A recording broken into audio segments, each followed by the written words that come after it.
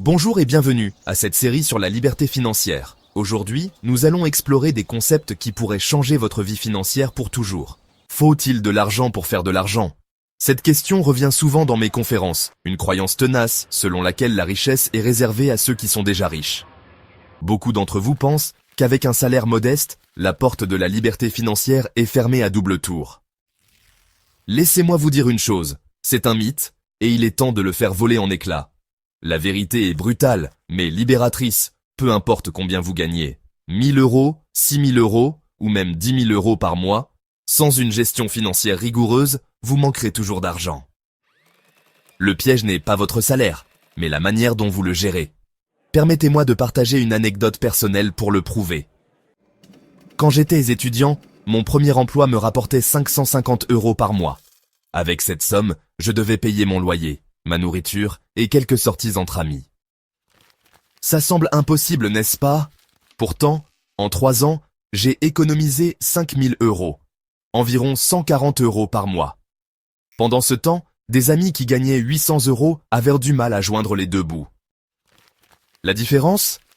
Ce n'était pas l'argent, c'était l'état d'esprit et la méthode. Dans ce voyage, nous allons démystifier le mythe selon lequel la richesse est hors de portée pour ceux qui ont des revenus modestes.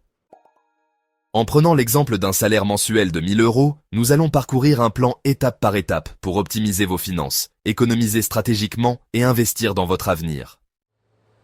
Vous n'avez pas besoin d'une fortune pour lancer une activité complémentaire ou bâtir un patrimoine.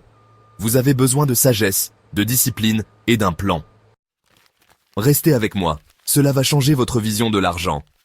Avant de plonger dans les stratégies, affrontons une vérité difficile. Votre situation financière est de votre responsabilité. Pas celle de vos parents, du gouvernement ou de votre patron, la vôtre. Cela peut être dur à entendre, mais c'est aussi libérateur.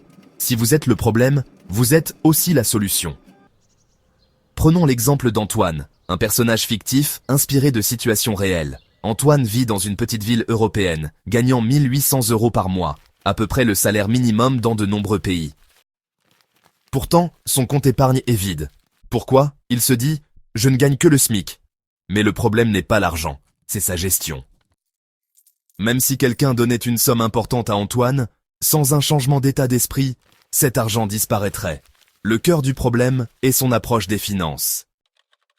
Pour bâtir une richesse, vous devez d'abord accepter votre situation actuelle, reconnaître vos erreurs passées et vous engager à changer. Cette prise de conscience est votre point de départ. Réfléchissez à vos choix financiers de l'année passée. Où est allé votre argent? Notez une décision que vous regrettez et une dont vous êtes fier. Cela pose les bases de votre transformation. Vous ne pouvez pas gérer ce que vous ne comprenez pas. La plupart des gens voient leur salaire s'évaporer avant le 10 du mois, se demandant « Où est-il passé ?» Pour corriger cela, vous devez avoir une vision claire de vos dépenses. Commencez par examiner vos relevés bancaires des 3 derniers mois. Classez chaque dépense. Loyer, courses, restaurant, abonnement, vêtements, voyage. Considérez cela comme un médecin diagnostiquant un patient. Vous identifiez les symptômes, trop de dépenses en livraison, une facture de téléphone trop élevée, pour prescrire un remède. Reprenons l'exemple d'Antoine. Avec ses 1800 euros par mois, il fait un audit et est choqué. 800 euros vont au loyer, 300 euros aux sorties au restaurant, 200 euros aux vêtements et seulement 50 euros à l'épargne. Cette clarté est un électrochoc. Il vit au-dessus de ses moyens, mais maintenant, elle sait où réduire. Faites votre propre audit financier. Utilisez un tableur ou une application pour suivre chaque euro dépensé sur 3 mois.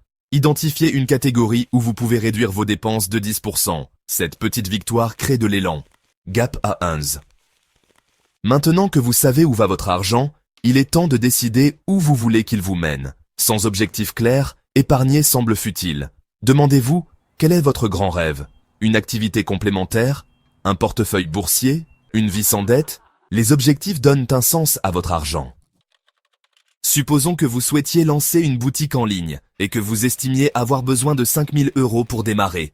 Avec un salaire de 1800 euros, économiser 5000 euros peut sembler intimidant, mais c'est réalisable avec un plan. Votre objectif n'est pas juste un chiffre, c'est une vision d'un avenir meilleur. Pour Antoine, son rêve est de devenir graphiste freelance. Il calcule qu'il lui faut 3000 € pour un logiciel, un site web et du marketing. Cet objectif devient son étoile polaire, guidant chaque décision financière. Notez un objectif financier pour les 12 à 24 prochains mois. Soyez précis. Combien d'argent vous faut-il et pourquoi? Affichez cet objectif dans un endroit visible pour rester motivé. Avec votre objectif en vue, il est temps de prendre le contrôle de vos finances. La règle 50-30-20 est un cadre budgétaire classique. 50% pour les besoins, loyer, factures, courses, 30% pour les envies, loisirs, hobbies, et 20% pour l'épargne ou les investissements. Mais adaptons-la pour accélérer la création de richesse avec un salaire de 1800 €. 50% pour les besoins, soit 900 €. Couvrez les essentiels comme le loyer, les factures et la nourriture. Si votre loyer dépasse 30% de vos revenus, soit 540 €, vous vous étirez trop. Antoine, par exemple, déménage dans un appartement moins cher, passant de 800 € à 500 €, libérant 300 € par mois. 15% pour les dettes ou le fonds d'urgence, soit 270 €. Si vous avez des dettes, utilisez cette part pour les rembourser rapidement. Si vous êtes sans dette, constituez un fonds d'urgence de 3 à 6 mois de dépenses. Antoine commence un fonds d'urgence visant 5000 €. 15% pour les investissements, soit 270 €. Cette part va vers votre objectif, comme une activité complémentaire. À 270 € par mois, Antoine peut économiser 3240 € en 12 mois. Assez pour son activité de graphiste. 10% pour l'éducation, soit 180 €. Investissez en vous-même. Achetez des livres, suivez des cours ou assistez à des ateliers liés à votre objectif. Antoine s'inscrit à un cours de design en ligne à 150 €, utilisant le reste pour des livres. 5% pour les loisirs, soit 90 €. Récompensez-vous pour éviter l'épuisement. Antoine budgétise 90 € pour des petits plaisirs comme des concerts ou des dîners. 5% pour la générosité, soit 90 €. Faites un don à une cause ou aidez un ami. Donner favorise la gratitude et la perspective.